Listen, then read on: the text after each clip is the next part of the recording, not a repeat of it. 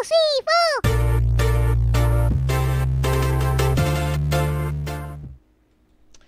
Halo Gunarwan dan Gunarwati sekalian, ketemu lagi ya di channel saya Gunar Os dan ya kali ini kita akan membahas satu hal yang sering sekali muncul ya di feed saya dari Gunarwan dan Gunarwati sekalian dalam bentuk komen dan juga sering juga saya lihat di forum-forum lain ya. Ini adalah tentang bagaimana Mikel Arteta ini sepertinya tidak percaya kepada pemain akademi gitu ya. Dan ini menurut saya sesuatu yang lucu ya, di mana menurut saya apakah ini pemain akademi atau pemain beli. Yang penting kan ini bisa bisa membawa Arsenal ke jenjang berikutnya gitu. Jadi memang kalau pemain berbakat mau dari akademi atau mau dari yang lain sebenarnya nggak masalah gitu kan. Cuman menurut saya ini adalah satu hal yang ya sangat erat ya dengan Arsenal ini adalah memang kita sejak bersama Arsene Wenger ya. eh ini adalah satu hal yang sangat erat dengan Arsenal, bagaimana Arsenal itu mengembangkan pemain muda ya. Ini quotes dari Wenger yang sering sekali dipakai berulang-ulang oleh fans Arsenal kan, terutama di era-era 2000-an sampai dengan 2015-an ya. Ketika kita kalau beli pemain selalu pemain muda dan pemain yang belum punya nama gitu kan. Di Arsenal kita tidak merekrut superstar, kami membuat mereka gitu. Nah ini jadi yang menjadi juga salah satu jadi satu pemikiran gitu kan, jadi satu obsesi bagi para fans Arsenal gitu, bahwa kita harus menciptakan pemain-pemain yang superstar gitu. Jadi eh, menciptakan pemain superstar walaupun kita nggak beli gitu. Dan dengan cara perekrutan Arsenal akhir-akhir ini gitu kan, ini juga yang mungkin menjadi satu frustasi dari para fans Arsenal. Oke, kalau kita nggak beli, kenapa kita nggak pakai para pemain muda kita? Kenapa kita nggak pakai para pemain akademi kita untuk kita eh, membawa mereka ke jenjang berikutnya gitu kan? Dan ini menurut saya satu hal yang kayaknya pemikirannya agak terbalik gitu ya antara fans Arsenal dengan apa yang terjadi di Arsenal sendiri gitu. Nah, pertama kita harus lihat dulu ya kalau menurut saya tentang bagaimana Arsenal dan akademinya hubungannya gitu. Kita harus lihat dulu ini secara posisi kita ya, secara posisi kita berbanding mungkin kita ngomong nggak harus kita ngomong dari era Wenger ya, kita ngomong dari posisi kita 5-6 tahun yang lalu deh ya. Jadi di posisi kita 5-6 tahun yang lalu berbanding posisi kita sekarang gitu kan, di mana posisi kita sekarang selama 2 musim terakhir kita ini ya, ini musim 2023-24 dan 2022-23 ya, kita selalu bersaing dekat dengan Manchester City ya untuk merebut gelar Liga Primer. Di mana kita 2 musim ini hanya sedikit sekali ya poinnya berbanding dengan Manchester City. Di musim 2022-23 kita hanya ketinggalan 5 poin. Lalu di musim 23-24 kita ketinggalan 2 poin saja ya. Dan kalau kita lihat mungkin berapa 6 tahun yang lalu, 1 2 3 4 5 6 ya, kita lihat di 2019 2020 kita posisinya di posisi 8, jauh sekali gitu ya. Dimana jadi ini bukan hanya dari masalah prestasi, tapi juga dari segi keuangan ya. Dari segi keuangan kita tidak punya kekuatan untuk membeli pemain gitu kan. Untuk mempertahankan pemain juga, makanya kita ya lebih banyak bergantung pada pemain muda gitu ya, dimana kita di sini bergantung kepada pemain seperti Saka, Martinelli, Emil Smith Rowe ya. Ini pemain-pemain muda lalu juga ya waktu itu bukan Odegaard sih, siapa ya saya lupa, dari Real Madrid juga itu ya. Nah itu pemain-pemain muda seperti ini yang eh, lalu ingin diciptakan lagi oleh para fans Arsenal ya, terutama untuk mengulang fenomena seperti Saka gitu kan. Karena Saka sekarang sudah bukan lagi star boy ya. Menurut saya Saka ini sudah kehilangan gelar star boy-nya. Kenapa? Karena dia sekarang sudah dewasa. Dia sudah jadi starman sekarang ya. Jadi udah jadi starman, udah bukan star boy lagi. Dimana gelar star boy ini menurut saya sekarang sudah ada di Ethan Nwaneri. Nah, eh inilah yang menurut saya menjadi satu perbandingan bahwa sorry bahwa Arsenal sekarang ini dengan posisinya kenapa tidak bisa semudah dulu membawa pemain muda gitu ya. Karena pemain muda, pemain akademi yang mau masuk ke tim utama, tentu mereka levelnya harus level pemain yang bisa ikut membantu Arsenal di persaingan juara liga. Ya, nggak bisa kita jadi pemikirannya jangan terbalik, jangan bahwa karena kita sekarang ada sebagai pesaing juara liga, maka pemain muda yang kita bawa nanti levelnya akan naik menjadi level pesaing juara liga. Nggak seperti itu. Jadi bukan dengan kita ada di sini lalu kita bawa para pemain muda ini lalu level mereka akan lompat ke sini, enggak. Tapi bahwa para pemain muda ini yang harus menunjukkan bahwa mereka levelnya ada di sini.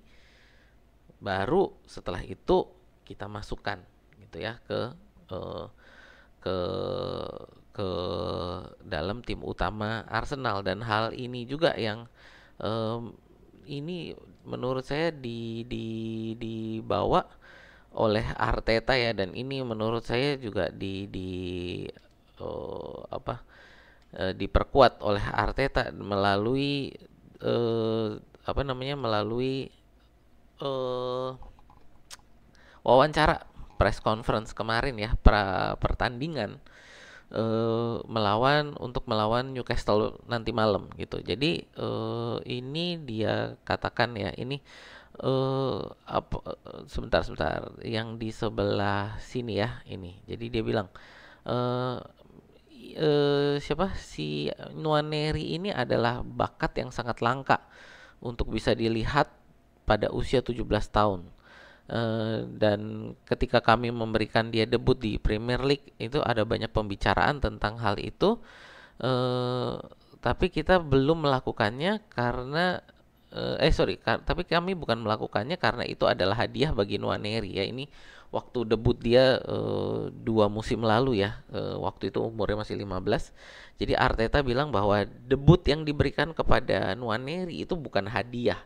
Ya, jadi tadi yang saya bilang itu bukan karena untuk membawa Nwaneri yang masih pemain akademi untuk lompat level, bukan. Tapi bahwa Nwaneri memang sudah menunjukkan level dia sudah deket nih di sini. Jadi dikasih debut karena dia sudah levelnya ada di sini, gitu ya. Jadi bukan untuk karena dia pemain akademi lalu diberikan debut lalu dia lompat, bukan.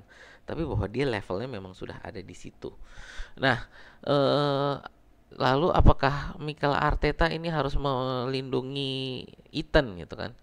Nah ini yang ini dikatakan oleh Arteta ya. Jadi tantangan untuk membawa Ethan Nwaneri ini ya. The biggest thing is to push him. Jadi hal yang paling besar ini adalah bagaimana kita mendorong dia. Dan bagaimana ketika dia itu didorong, kita harus ada di belakang untuk menarik dia, untuk memastikan bahwa dia selalu dalam kondisi yang stabil dan terlindungi ya. Jadi seperti kita orang tua mungkin kalau ngajarin anak kita main sepeda ya. Ya gimana kita supaya dia bisa menggenjot sepeda, tentu kita dorong ya, tapi kita harus ada dalam jarak yang aman untuk bisa megangin dia kalau ada sesuatu yang terjadi. Tapi lanjut ya, tapi dengan talenta dia, ya kita harus mendorong dia. The protection, perlindungan itu diperlukan untuk apa namanya menjaga dia agak, dan harus ada dari jarak yang tepat. tapi dia sendiri yang harus melihat bahwa dia bisa terbang dan bagaimana kita jangan memotong sayapnya gitu. Sorry. But he needs to see that. Oh sorry. Jadi dan dia harus bisa melihat bagaimana dia bisa terbang dan jangan sampai merusak sayapnya gitu ya. Jadi, nah inilah yang menjadi kesulitan bagi Arteta, bagaimana dia bisa membawa ya ini pemain ini untuk bisa ya tadi menjadi pemain di tim utama, tapi pada saat yang sama jangan sampai dia ini lalu eh, terluka gitu kan, karena ini satu hal yang menurut saya juga harus dijaga gitu kan oleh pelatih manapun. Jangan sampai pemain muda ini kalau sampai cedera, ini cederanya bisa berkepanjangan dan bisa oh, menjadi masalah yang sangat sangat jauh ke depannya bagi karir pemain tersebut. Ya, ini kita sendiri juga sudah punya pengalaman ya. Ini dulu eh, pada saat kita punya Jack Wilshere dan Theo Walcott. Ya, ini dua pemain ini menurut saya pemain yang sebenarnya menjadi contoh lah ini bagi Arsenal, bagaimana jangan terlalu terburu-buru untuk membawa pemain muda juga langsung ke tim utama, langsung dibawa timnas senior gitu ya.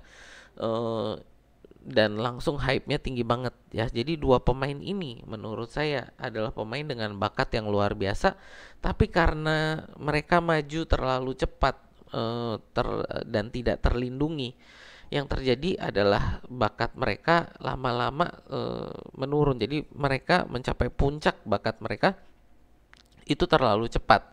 Ya, jadi untuk Walcott dan Jack Wilshere menurut saya mereka mencapai puncak bakat mereka ini ya jauh sebelum usia 25 kan, kalau nggak salah sekitar usia 23 24 lah. Dan itu sudah mulai menurun dan akhirnya keluar dari Arsenal pun mereka nggak kemana-mana gitu ya. Sebagai pemain tidak berkembang menjadi pemain yang luar biasa banget di Arsenal pun tidak menjadi pemain yang luar biasa, walaupun mereka adalah pemain yang bagi kita fans Arsenal ini adalah pemain yang dekat di hati kita. Kenapa? Karena mereka ini jebolan dari akademi kita. Mereka ini adik-adik kita, mereka ini anak-anak kita gitu kan. Mereka ini teman kita karena ya ini jebolan Hell End. Sama seperti yang terjadi pada Saka dan Emil Smith Rowe ya. Itu mereka teman kita, mereka anak-anak kita, mereka adik-adik kita. Karena ya ini mereka ini jebolan Hell End. Dan menurut saya ini juga pengalaman yang sangat dekat yang baru saja terjadi kan, ini adalah Emil Smith Rowe ya. Emil Smith Rowe ini menurut saya dia menjadi pasien BPJS lah kita ya disebutnya kan di sini, menjadi langganan BPJS. Itu bukan karena dia sering di-tackle, bukan karena dia sering ditabrak gitu ya. Baik itu dalam pertandingan atau latihan, tapi justru karena memang badan dia yang nggak bisa mengikuti. Nah inilah problem dari pemain muda ya, badan mereka masih berkembang, badan mereka belum sempurna perkembangannya. Jadi kalau sampai terjadi sesuatu pada mereka, cederanya ini bisa berkepanjangan, dan ini menurut saya apa yang terjadi pada Emil Smith Rowe. Ya, Emil Smith Rowe itu menjadi pasien BPJS gitu kan, menjadi langganan BPJS di Arsenal karena itu ada satu abnormalitas dari pertumbuhan otot selangkangan. Ya, jadi otot selangkangan dia ada pertumbuhan yang abnormal. Ya, ini menurut saya karena dia mungkin terlalu di-push gitu ya. Sehingga pertumbuhan ototnya dengan cedera yang ada itu tidak bisa mengikuti dengan baik gitu loh. Ya tadi karena badan seorang remaja ya di bawah 19 tahun ini pertumbuhannya belum sempurna. Nah ini karena, dan juga karena sepak bola profesional ini ya terutama di Eropa ini adalah olahraga yang sangat menuntut fisik. Jadi membawa fisik kita ini sampai pada limitnya, sampai memang pada batasnya, dan bahkan kadang melebihi batas itu. Nah, inilah dimana para pemain muda kalau sampai terjadi cedera, cederanya bisa berkepanjangan karena tadi badannya belum sempurna. Kita bisa lihat ya di Manchester United ini seperti Kobbie Mainoo, lalu Leny Yoro juga ya. Cederanya sekarang berkepanjangan. Kenapa? Karena badan mereka belum sempurna sebagai seorang manusia. Usianya belum mencapai pada pertumbuhan badan yang sempurna. Sehingga kalau cedera tadi saya bilang berkepanjangan, dan inilah makanya menurut saya kenapa Arteta ini masih ragu-ragu, bukan ragu-ragu lah menurut saya. Masih benar-benar menjaga dan memilih pertandingan-pertandingan di mana dia bisa diturunkan. Dan untuk saat ini debut masih bukan debut, sorry, starter ya, masih dijaga di Piala Liga seperti ini gitu. Ya, bukan di IPL, bukan di Liga Champions. Menurut saya nanti Nwaneri, lalu juga siapa, Miles Lewis Kelly, lalu Aiden Heaven, Josh Nichols, lalu juga kiper kita yang baru ini kan ya, Jack Porter gitu. Nah, ini adalah pemain-pemain yang akan Tommy Sedford juga. Saya hampir kelupaan Tommy Sedford. Nah, ini pemain-pemain yang menurut saya akan di starter, diberikan starter di Piala Liga, di EFL dan Piala FA gitu ya. Dan ini menurut saya hal yang sangat penting, hal yang sangat harus kita perhatikan sebagai fans. Menurut saya kita harus memperhatikan hal-hal seperti ini ya. Jadi bahwa kita ini kenapa Nwaneri ini tidak buru-buru ya diberikan kesempatan starter karena hal seperti ini gitu kan. Jadi ya ini satu hal yang juga tadi kan saya bilang menjadi satu concern ya bagi fans. Nah, ini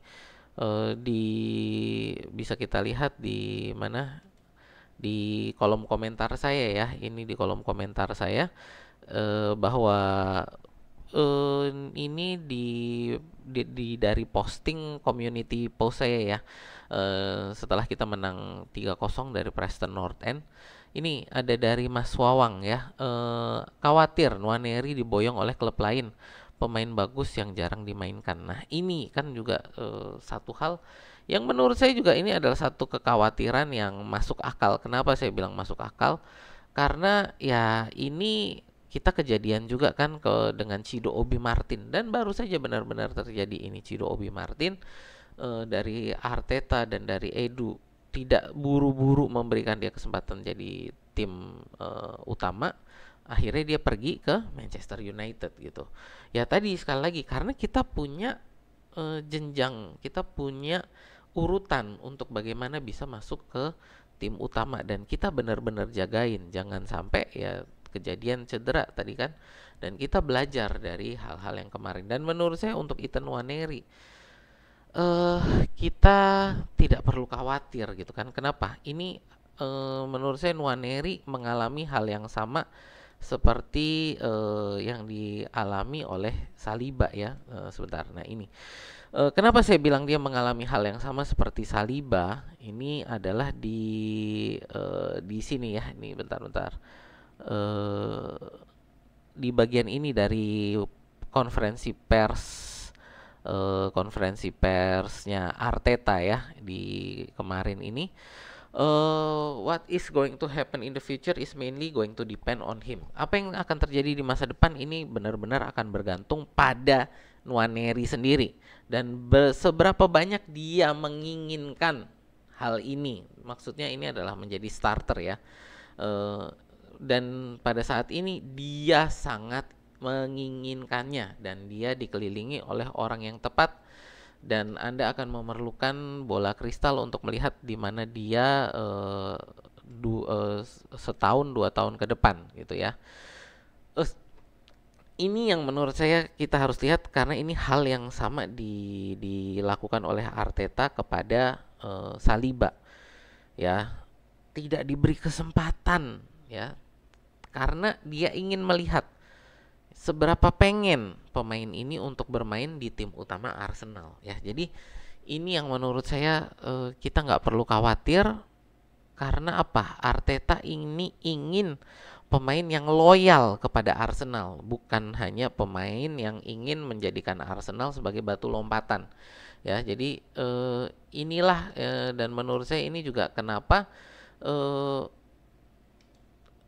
kita nggak perlu khawatir Saliba akan pergi ke Real Madrid gitu. Karena apa? Karena dia ingin bermain bagi Arsenal, dan ini yang salah satu metode dari Arteta yang menurut saya agak keras gitu ya. Tapi ini untuk memastikan bahwa para pemain ini yang bermain bagi Arsenal ini bermain bagi Arsenal, bukan bagi karir mereka untuk menjadikan Arsenal ini batu loncatan gitu ya. Jadi inilah menurut saya kenapa kita nggak perlu khawatir dengan Nwaneri, dan ini menurut saya yang harus dilihat oleh para pemain akademi juga. Ketika Anda ingin bermain bagi tim utama Arsenal, Anda harus menginginkannya, harus membuktikan kepada Arteta bahwa level Anda sudah ada di sana dan bahwa Anda ingin bermain bagi Arsenal. Itu yang ditunjukkan oleh Saliba, dan teman-teman boleh cek lah itu wawancara Saliba ya, tentang bagaimana ketika dia ditanya waktu itu dicuekin sama Arteta. Dia baru balik dari loan, sama sekali nggak diajak ngomong, dicuekin sama sekali ya, benar-benar dicuekin, nggak dikasih kesempatan juga untuk starter, padahal sudah kelihatan dia bakatnya ya. Kenapa? Karena dia Arteta ingin Saliba ini menunjukkan bakatnya dan membuktikan kepada Arteta bahwa Arteta, gua ini pemain Arsenal yang lu bisa andalkan gini. Dan ya, itu dilakukan oleh Saliba. Folarin Balogun mendapatkan perlakuan yang sama, tapi dia tidak lulus. Kita bisa lihat perlakuan kepada Folarin Balogun waktu dia kembali gitu kan, sama seperti perlakuan yang terjadi pada Saliba. Tapi akhirnya dia dijual. Kenapa? Karena ya menurut saya dia tidak menunjukkan bahwa dia ingin bermain bagi tim utama Arsenal. Dia lebih hanya ingin bermain di tim utama gitu ya. Jadi ini sih teman-teman menurut saya tentang Arteta, Nwaneri, dan akademi kita ya, Hell End. Dan dimana kita, menurut saya kita nggak perlu khawatir, dan menurut saya ini adalah bagaimana tinggal kita lihat seberapa ingin Nwaneri ini bermain bagi Arsenal, seberapa dia menunjukkan kepada Arteta dan timnya ya bahwa dia ini memang pemain tim utama Arsenal. Menurut saya akan tiba waktunya yang tepat. Ya, dia sudah menunjukkan di Piala Liga menurut saya bahwa dia pemain yang luar biasa, tapi lawannya kita harus lihat di Carabao Cup ini pemainnya adalah level dari League One dan Championship. Belum ketemu yang pemain papan atas, dan menurut saya nanti akan ada waktunya dia akan bermain dengan melawan tim-tim ya, mungkin bisa kita bilang mungkin nanti tim papan bawah dari EPL. Ya, nanti kita lihat bagaimana permainan dia gitu kan, dan saya rasa nanti akan muncul waktunya bagi dia untuk starter di EPL. Apakah musim ini? Ya, kita lihat. Saya rasa sih musim ini dia akan mendapat kesempatan sebagai starter. eh Cuman sekali lagi menurut saya kita tidak perlu terburu-buru gitu ya. Ya itu sih dari saya tentang apa ya, tadi kekhawatiran teman-teman lah ini tentang bagaimana pemain akademi kita nanti dicomotin sama sama klub-klub lain. Menurut saya ini kita nggak perlu khawatir karena Arteta, Edu, dan kawan-kawannya ya ini sekarang sudah punya sih jenjang yang kurikulum ya, jenjang kurikulum yang dipakai bagaimana dari pemain akademi ini bisa nanti mencapai tim utama gitu ya. Ya itu aja sih dari saya. Terima kasih yang sudah nonton, terima kasih yang udah like, share, dan subscribe ya. Teman-teman, sekarang saya juga punya apa namanya membership ya. Tapi saya rasa ini membership bukan satu hal yang harus teman-teman lakukan, karena ini buat saya hanya bonus kalau teman-teman mau mendukung channel saya. Ini ada membership, dan saya jujur sih membership tidak ada keuntungan apa-apa bagi teman-teman, karena untuk secara konten saya buka semua bagi teman-teman, tidak saya halang-halangi dengan membership. Tapi bagi teman-teman yang ingin mendukung, membership saat ini sudah ada tersedia ya. Silahkan didaftarkan menjadi member gitu untuk mendukung channel kita. Itu aja dari saya sih, terima kasih. Sampai jumpa di video kita berikutnya.